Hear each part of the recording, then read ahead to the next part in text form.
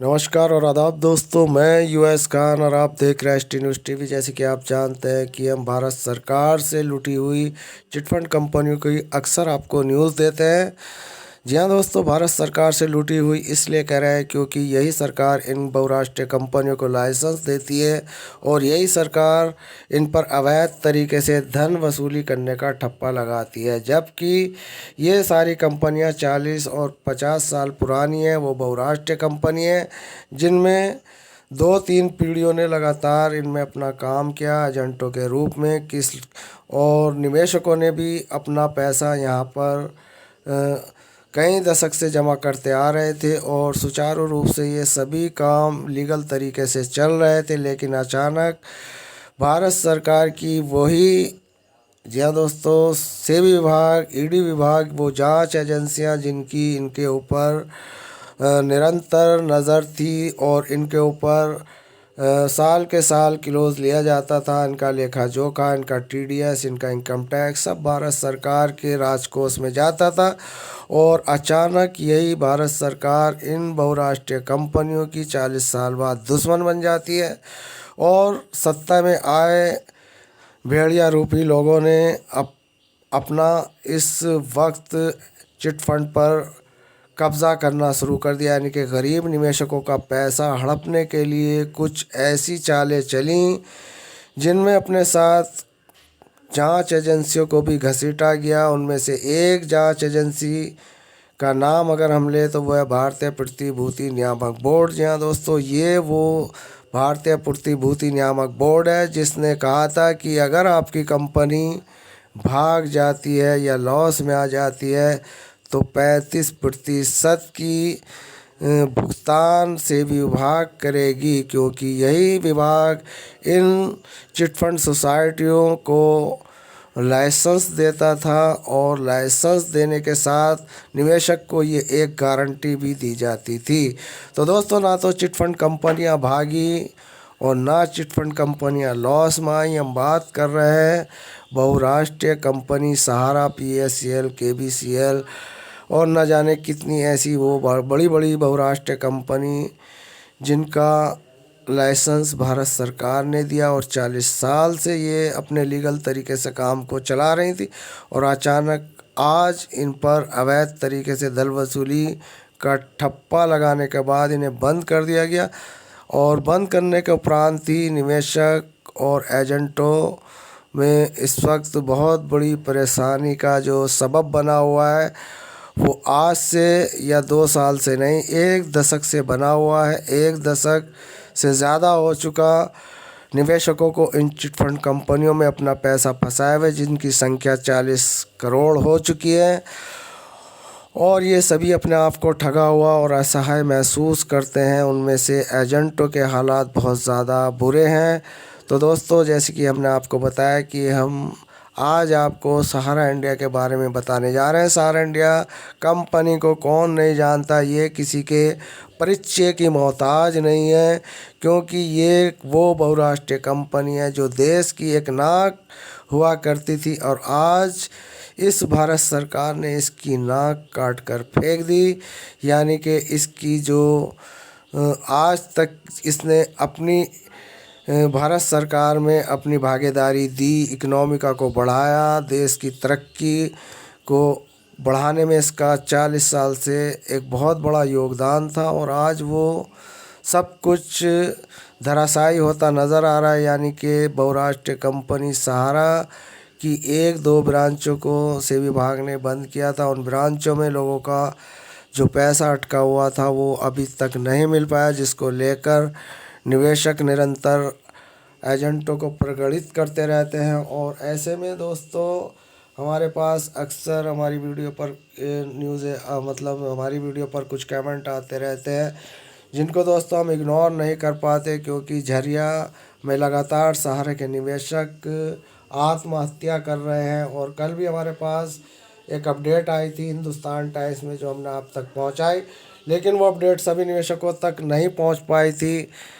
तो दोस्तों, ऐसी न्यूज़ जो हमारे पास आती है और वो निवेशकों तक नहीं पहुंच पाती है, तो हम चाहते हैं कि वो न्यूज़ सभी निवेशकों तक पहुंचे, चाहे वो हमारी वीडियो या किसी की भी वीडियो को शेयर कर कर निवेशकों तक ये न्यूज़ पहुंचनी चाहिए, क्योंकि सभी निवेशक और एजेंटों को पता होना चाहिए कि भारत सरकार इस वक्त किस तरीके से गरीब निवेशकों और एजेंटों को तिल तिल मरने पर मजबूर कर रही है। तो दोस्तों, कल हमने एक आपको कंटेंट डाला था, यानी कि 23 जून 2021 की एक बड़ी अपडेट थी हमारे पास, जिसमें लिखा था कि सिद्धार्थ नगर पथरा थाना में क्षेत्र बरगदी गांव में 10 लोगों ने राष्ट्रपति को ज्ञापन भेजकर इच्छा मृत्यु मांगी है। आरोप है कि सहारा कंपनी जमा धनराशि वापस नहीं कर रही है, सरकार भी उनके खिलाफ कोई कार्रवाई नहीं कर रही है। तो दोस्तों, सरकार इनके खिलाफ कार्रवाई कर चुकी है, इसने कंपनी बंद कर दी। इससे बड़ी कार्रवाई और क्या होगी?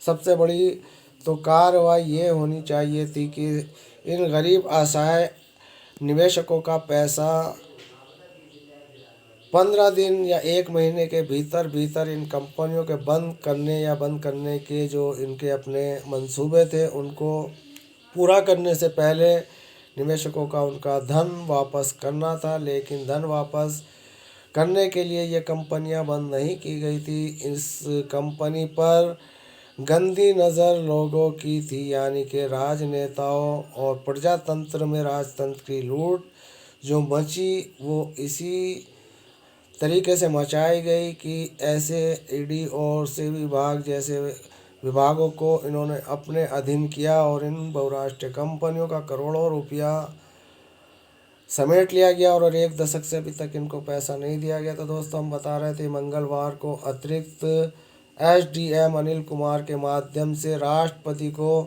भेजे गए ज्ञापन में राधे श्याम सोनी, पुष्पावती और इसी तरह के 10 लोगों ने कहा कि हम सहारा इंडिया ग्रुप की पथरा बाजार शाखा पर काम कर रहे थे। उन लोगों ने सभ्य व लोगों के पैसे जमा कराए थे। पिछले 2 साल से कंपनी भुगतान नहीं कर रही, इसमें जमाकर्ताओं का धन वापस करने की मांग कर रहे हैं, यानी कि इनसे लगातार ये एजेंट पैसा वापस कराने की मांग कर रहे हैं। तमाम शिकायत के बाद भी सहारा की जिम्मेदारी पर अब तक कोई कार्रवाई नहीं हुई। उन्होंने कहा कि अगर 31 जुलाई तक भुगतान नहीं होता है तो उन लोगों को इच्छा मृत्यु की अनुमति दी जाए। तो दोस्तों, ये एक अपने आप में बहुत बड़ी बात है कि 10 लोगों ने यहाँ पर राष्ट्रपति को अल्टीमेटम दिया है कि अगर 31 जुलाई तक इनका भुगतान नहीं किया गया तो ये इनको इच्छा मृत्यु की इजाज़त दी जाए, अनुमति दी जाए। तो दोस्तों, ऐसी खबरें जब हमारे पास आती हैं तो हमें बहुत दुख होता है। दुख इस बात का होता है कि आज खेत को खेत की बाढ़ खा गई, यानी कि यही कि जो जांच एजेंसियां थी, यही इन पीड़ित निवेशकों की एक तरह की, यानी कि इनको सिक्योर करती थी, इनको पूरी तरीके से प्रोटेक्शन देती थी। आज यही बहुराष्ट्रीय कंपनी आज इनको अपने ही हाथों लूटने पर मजबूर करती है। और ये इस वक्त बहुत बड़ी हिंदुस्तान में एक षड्यंत्र है और इसमें 40 लाख से ज़्यादा पीड़ित निवेशक और एजेंट प्रभावित हुए हैं, जिनका अरबों खरबों रुपया मेहनत की कमाई आज लूटने के कगार पर है। और ऐसे में हम असहाय हैं, कुछ नहीं कर सकते। जी हाँ दोस्तों, हम इस सरकार के सामने असहाय हैं। ना हमने हमारे धरने प्रदर्शनों की कुछ उठती है और ना हम लोगों की कोई ट्विटर के माध्यम से या किसी भी स्रोत से हम लोगों की कोई नहीं सुनता। मोदी जी का कहना है कि ये कंपनियों के काम है, इनमें हम कोई हस्तक्षेप नहीं कर सकते। तो दोस्तों, हस्तक्षेप ये क्यों करेंगे? गरीबों से इनका कोई लेना देना नहीं है।